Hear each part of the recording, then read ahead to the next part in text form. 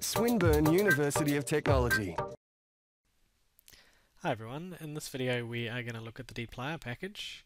So first thing we need to do is make sure that we've installed the package. If we're just in base R, then going to install, finding it in the list.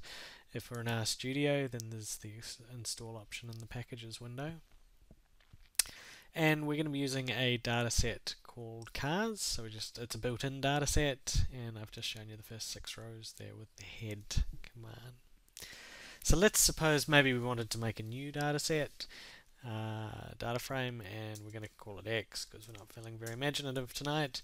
And we only want the speeds greater than 10, but we want to retain both of our columns. Then we can use filter. And we need to make sure we say cars because it's our data set, and we only want the ones with speed greater than 10, and so we hit that, and we can see now looks like it's done its job. We've got some speeds 11s and 12s there, so it's filtered out. If for some reason we wanted to look at, and you can see I haven't assigned this to anything, so I'm just looking, it's not going to assign only the speeds that equal to 4. We could type in something like this. So the double equal sign is a boolean, so it's, rather than trying to say the speed is 4, it's doing a true false. So we want the speeds that are going to be true, that they have the value of 4, and we'd end up with this not very useful data set with 2 observations where they had speed 4. For some reason, maybe we wanted to chop some rows or keep some rows, we can use the slice function. So let's suppose for some reason we only wanted to keep the first 10 rows. So slice, my cars dataset, and I only want to keep rows 1 to 10. And there we go. And again, I didn't assign it because I'm not going to do anything else with it. I just wanted to have a look.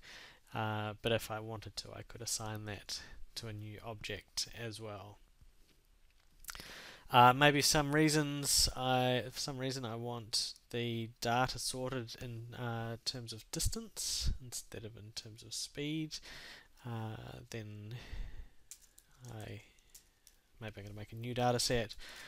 We can use the arrange function, and we're going to sort first by distance and then by speed, and we have a look, we can see that it is indeed sorted by distance and then by speed. The last one that we're going to look at is the mutate function. So the mutate function lets us add additional variables which are functions of other variables. This one's really handy. So let's suppose that we are going to make a new variable, and we're going to take cars, but we want to add one more variable on here, and it's going to be our acceleration, and our acceleration is equal to our distance over our speed. And so if we have a look,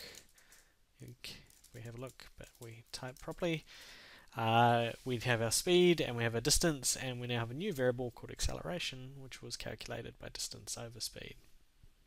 So there's a whole lot more to learn about this package. It's very, very powerful. Really, I just want to introduce it to you.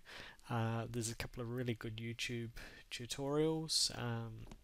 One by Hadley, who was the guy that wrote the package from one of the Use R conferences. So if either you use it already or you see it as something that's going to be valuable in your work, then I definitely encourage you to have a look at some of those. They're going to be longer and a lot more detailed than this.